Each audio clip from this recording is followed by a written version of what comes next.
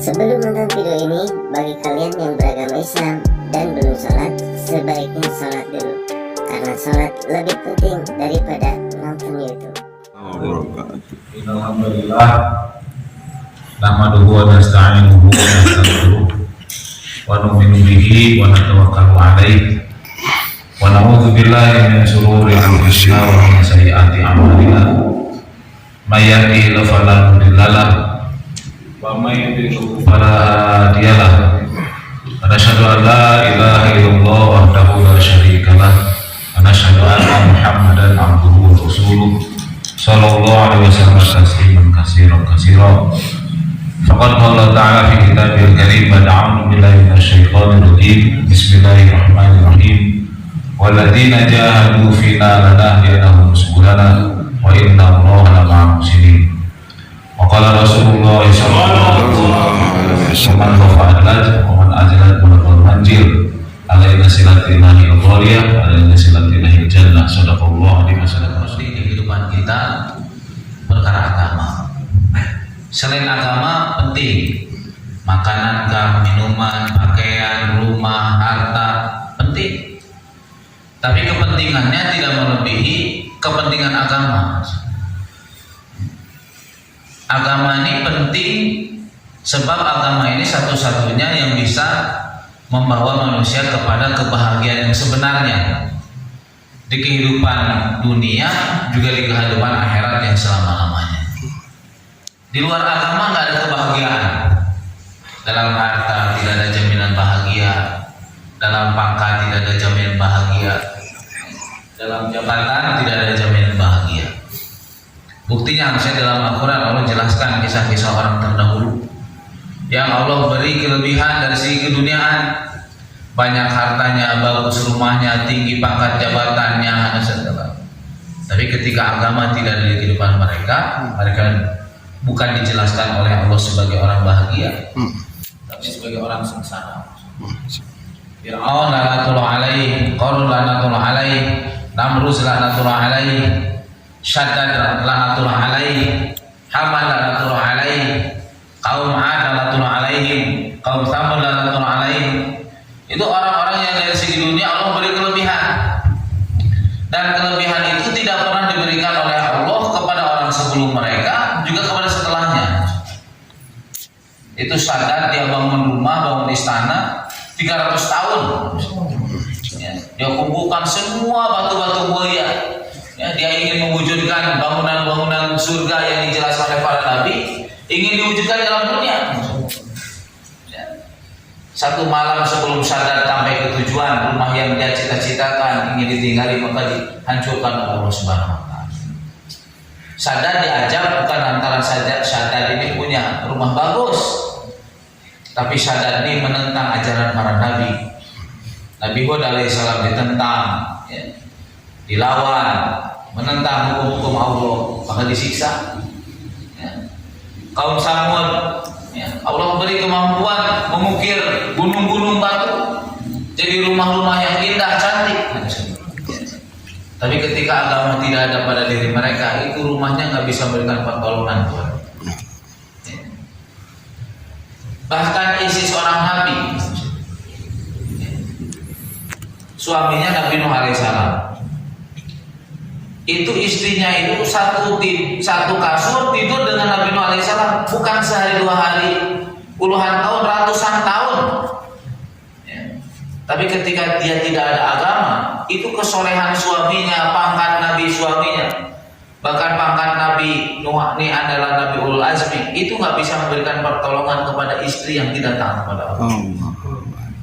Jadi kesuksesan hanya di dalam ketaatan, di dalam agama. Orang Islam untuk sukses gak usah yang miskin harus jadi kaya dulu, gak usah orang kaya ingin sukses jadi miskin dulu, rakyat jadi pejabat dulu, pejabat turun dan jadi pangkatnya supaya jadi rakyat dulu, gak usah. Tapi orang miskin beragama, orang tak kaya beragama, rakyat beragama, orang berpangkat beragama, maka mereka sukses semua di sisi Allah, jaya semua di sisi Allah. Jadi yang ingin kita kejar sekarang ini kejayaan versi Allah, bukan kejayaan yang kita pahami. kesuksesan yang kita pahami. Kalau seorang anak pelajar ditanya apa itu kesuksesan, dia akan mengatakan sukses itu kalau saya ujian berhasil, dapat nilai baik, habis sekolah tak lama-lama mendapatkan pekerjaan dengan gaji sekian-sekian, bisa beli rumah pasir kehidupan, itu sukses mungkin dalam pandangan pelajar. Kalau sukses dalam pandangan petani lain lagi. Kesuksesan itu kalau setiap tanaman yang saya tanam ini tumbuh, menumbuhkan buah yang bagus, ketika dijual harganya naik, sehingga dengan harga yang naik itu saya dapat duit banyak, bisa beli ini, beli itu, ya. Bahkan bisa memperluas tanah pertanian saya. Itu sukses versi petani. Nanti kalau kita tanya peternak, lain lagi jawabannya harusnya. Jadi sukses jaya menurut pandangan manusia ternyata nggak sama. Ya. Seperti tata kesopanan, sopan kata santri dengan sopan kata seorang prajurit kepada komandannya kan hai. Ya, kalau santri misalnya dipanggil oleh kiainya, kamu belanja sana, siapa kiai? Itu sopan untuk ukuran santri. Ya. Tapi untuk tentara, sopan. Kata komandannya, coba kamu beliin saya ukur, siap komandan, sopan untuk ukuran tentara. Ya. Sukses itu lain-lain, ya. Sukses itu lain-lain. Tergantung orang yang ditanya. Itu sukses dalam pandangan manusia. Tapi sukses dalam pandangan Allah itu ketika seseorang mati selamat dari neraka masuk surga, itu orang sukses di sisi Allah. Faman zuhziha 'anil nar wa udkhilal jannata faqad faz. Orang yang diselamatkan dari neraka masuk surga, faqad faz. Sungguh dia telah mendapatkan kesuksesan, kejayaan. Ya. Jadi kalau kita cari sukses yang di sisi Allah.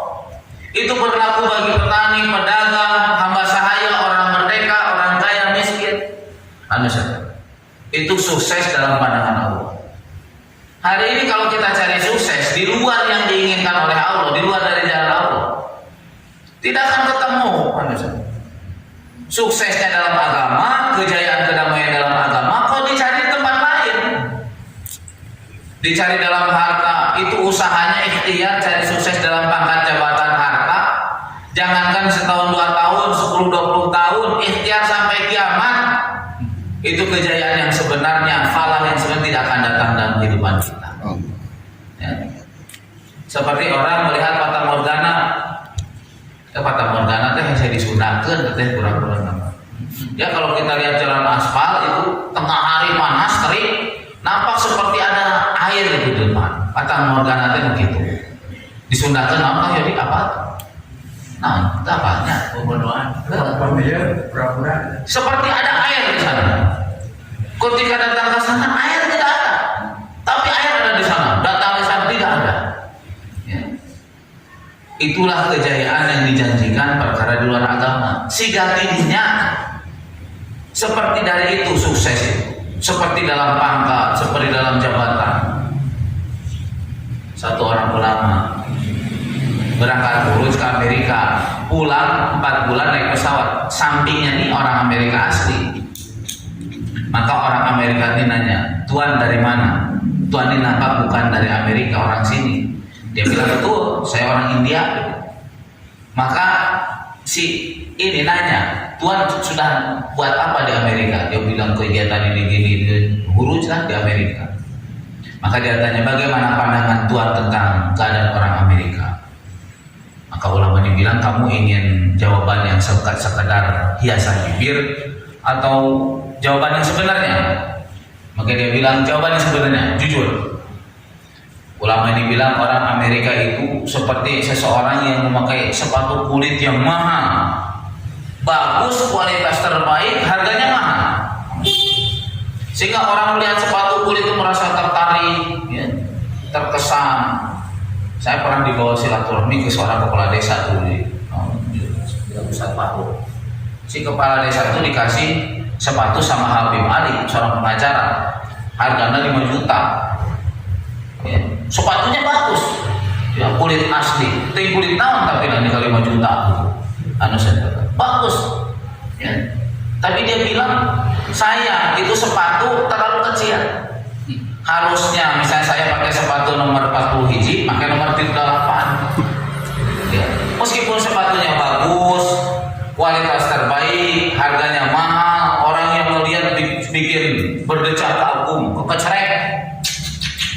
Hade itu sepatu di mana melihat kan gitu. Itu bagi orang yang melihat Pak. Tapi orang yang pakai sepatu lain lagi ya. Sepatu teh itu sederhana halus ditinggali ku batur nampak bagus mahal bikin orang tertarik. Tapi sebenarnya saya pakai sepatu ini nyeri sakit. Tambah jauh jarak melangkah tambah sakit. Maka ulama itu kata itulah gambaran orang Amerika. Orang di luar Amerika melihat Amerika sebagai negara adidaya. Apa yang diinginkan ada di situ, seolah-olah negeri impian di dunia. Sehingga banyak imigran datang dari luar Amerika untuk datang ke Amerika. Itu Amerika itu penduduk aslinya itu sudah tinggal sedikit. Mereka yang datang Amerika berwarna kulit bule kan warna kulit itu bukan asli orang situ. Datang ke negeri impian, ingin mendapatkan kejayaan, kemuliaan, kesuksesan. Tapi kata ulama seperti itu. Sebenarnya orang Amerika itu seperti orang pakai sepatu bagus tapi terlalu kecil. Maka orang itu bilang benar, itulah keadaan kami. Nampak dari luar bagus, hebat, mewah, megah, tapi kami ini sakit semua. Ya memang bukan dari situ sukses, bukan dari situ. Ya, jadi orang cari sukses lewat harta siap-siap tertipu. Orang-orang cari bahagia lewat harta, benda, pangkat, jabatan siap tertipu dalam kehidupan. Kapan sadar dia tertipu? Ketika sudah masuk kubur. Kita mimpi, Pak, mimpi. Dalam mimpi itu jadi orang kaya, Masya Allah. Istri cantik bukan satu, ya, jadi raja permaisuri dayang-dayang, harta banyak, nah pengimpian. Begitu kita sadar, terbangun, nah, tidak ada harta, tidak ada istri, tidak ada permaisuri dayang-dayang yang cantik, tidak ada. Ya, pas direrete kasur lepek sakuma biasa. Ya. Bantang dekil sebagaimana biasanya. Mana biasanya? Mimpi. Nah, maksudnya. Ya. Nah, kita ini kan dunia ini seperti Dufan, bukan dunia fantasi, dunia pengimpinan, dunia impian. Kapan kita sadar bahwa dunia ini ibarat impian? Ketika masuk kubur baru istri tidak ada bersama kita, anak tidak ada bersama dengan kita, harta tidak bersama dengan kita. Ya, pakai kain kapan pun nggak boleh pakai kancing, Pak.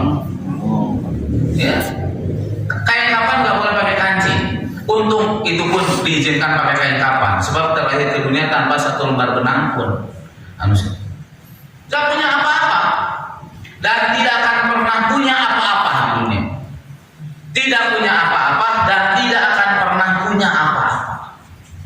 Jangankan yang di luar diri kita, yang ada di diri kita ini bukan punya kita. Mata punya siapa? Punya Allah. Telinga punya siapa? Punya Allah. Waktu yang Allah karuniakan kepada kita punya siapa? Diri kita punya siapa? Punya Allah. Manusia, mana manusia? Itu bukan naon seperti orang bapak. Tidak punya apa-apa dan tidak akan pernah punya apa-apa. Meskipun kita punya apa-apa, mati nggak ada boleh dibawa satupun. Punten-punten di dunia gigi tangga ompong diganti gigi emas. Wayahna masuk kubur dicopot ke dalam.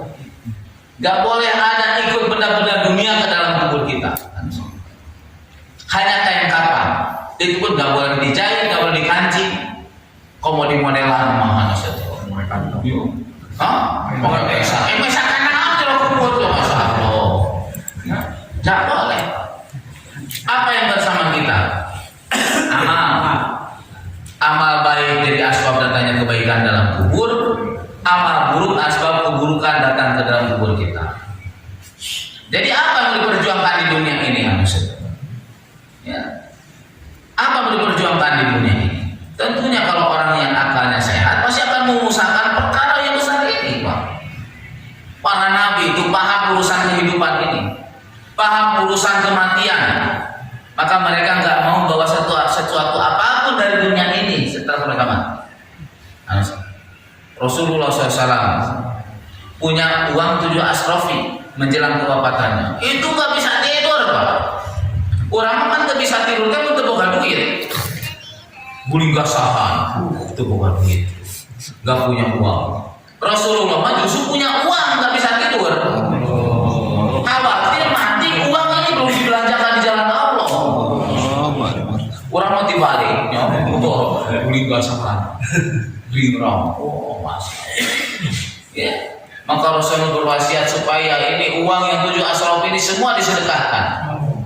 Setelah disedekah, lupa mungkin antara Rasulullah lagi sehat sakit keras yang menyebabkan kewafatannya, keluarganya sibuk mengurus beliau sesuatu, lupa membelanjakan uang ini. Begitu ditanya sudah dibelanjakan belum? Pak tambah sedih lagi Rasulullah. Ini kehidupan. Rasulullah SAW pernah jalan dengan sahabat di padang pasir, panas terik tengah hari. Di tengah padang pasir ada batu besar. Maka Rasul sabdakan, siapa siap naik ke atas batu ini dan menjelaskan apa yang ada di rumahnya? Satu orang meloncat, jum, ada batu. Begitu sampai di atas batu, dia sebutkan apa yang benar di rumahnya. Katel, sosodet, panci, kompor gas, belum selesai kepanasan kayak kerepengan, loncat. Sudah disampaikan semuanya katanya, belum ya Rasul. Siapa lagi? Naik. Belum selesai di absen apa isi rumahnya, sudah kayak kerepengan kakinya, masuk. Loncat lagi nggak kuat. Akhirnya Sayyidina Ali radhiyallahu anhu, ya, naik, set, loncat, jam pada batu, panas. Sebutkan rumah kamu, ini, loncat. Sudah semua. Jadi ternyata di akhirat itu orang yang punya benda lebih banyak kan lebih susah daripada punya benda sedikit. Orang yang punya uang 2 dinar itu hisabnya akan lebih keras daripada orang yang punya uang cuma 1 dinar.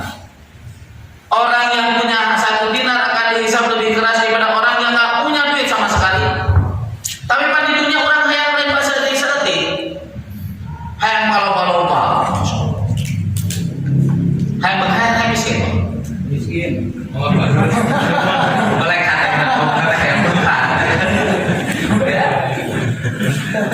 Dua perkara yang tidak disukai Nabi oleh umatku, kata Nabi, kematian dan kemiskinan. Padahal dengan kematian selamat daripada fitnah, kemiskinan akan meringankan hisab. Tapi orang mana ini? Miskin, oke asli nama kapaksa miskin. Narik mana? Dah hayang masih gak batur dulu. Batur beli mobil, orang beli mobil. Batur beli tanah, orang yang beli tanah. Baturnya imam, orangnya hayang sama beli imam. Ya, jarang mengupahan mana? Ngusap dalam, sing sabar, kasih. Batur sendiri deh, mobil-mobil. Mana emang motor oke, ya layak. Ya diam, gue PPKT-an. Kapaksa teh, ininya seperti yang lain. Manusia. Kita akan datang ke sana, Pak. Abu Bakar radhiyallahu, bukan Nabi, tapi paham akan kehidupan ini. Sebelum datangnya kematian, Masya Allah, harta dikorbankan 8 supermarket, 8 Alfamart, Indomaret, Yomart, ya, dikorbankan semua untuk perbelanjaan di jalan Allah. Sampai dalam satu peperangan dia menyumbangkan kepada Nabi 1 batang jarum, potong jarum lagi Pak.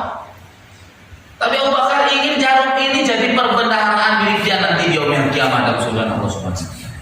Pintar, sebelum pintar barang-barangnya kirim semua ke sana. Kan gitu orang udah pindah ya. Dia pindah ke Lido misalnya, ke perumahan. Wah dikirim pula. Jadi begitu ke sana rumahnya sudah oke, masuk tinggal nyaman. Kirim dulu semua. Abu Bakar telah mengirim semua benda-bendanya miliknya di dunia untuk ke akhirat. Supaya dia nanti ke akhirat semua benda yang dia miliki di dunia jadi miliknya dia juga di akhirat. Di dunia nampak susah sampai baju pun dari karung boni.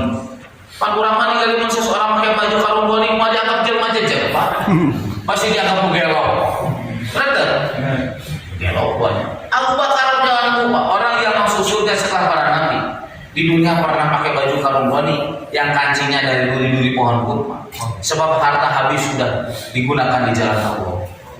Sampai Allah saking senangnya Allah titip salam kalau Bakar. Jibril alaihissalam datang menghadap Rasulullah. Wahai Jibril, kenapa engkau berpakaian karung goni seperti ini? Maka Jibril alaihissalam untuk menghormati Abu Bakar. Sebab Allah perintahkan seluruh malaikat langit dan bumi untuk berpakaian yang sama seperti pakaian yang dikenakan Abu Bakar. Sob harta habis untuk agama. Ya. Maka Abu Bakar ini masuk surganya apa? Bukan asbab amalannya, tapi 8 pintu surga memanggil namanya. Wahai Abu Bakar, kemari, kemari. Masuk surga lewat jalan kami. Begitu Pak. Dipanggil 8 pintu surga. Masya Allah. Ya. Nah ini contoh kehidupan. Ya. Maka ini orang-orang yang sukses di hadapan Allah Subhanahu. Nah tinggal kita, ya kita mau ngambil jalan siapa ini? Apakah jalan golongan yang tadi disebutkan lebih awal, Saddad, Haman, Fir'aun, Qarun, Namrus, kaum Ad, kaum Sabah, lanatul alaihim, atau jalan Anbiya dan pengikut para nabi yang juhud terhadap dunia, tidak mencintai dunia, cinta kepada akhirat, rindu sono hai balik akhirat.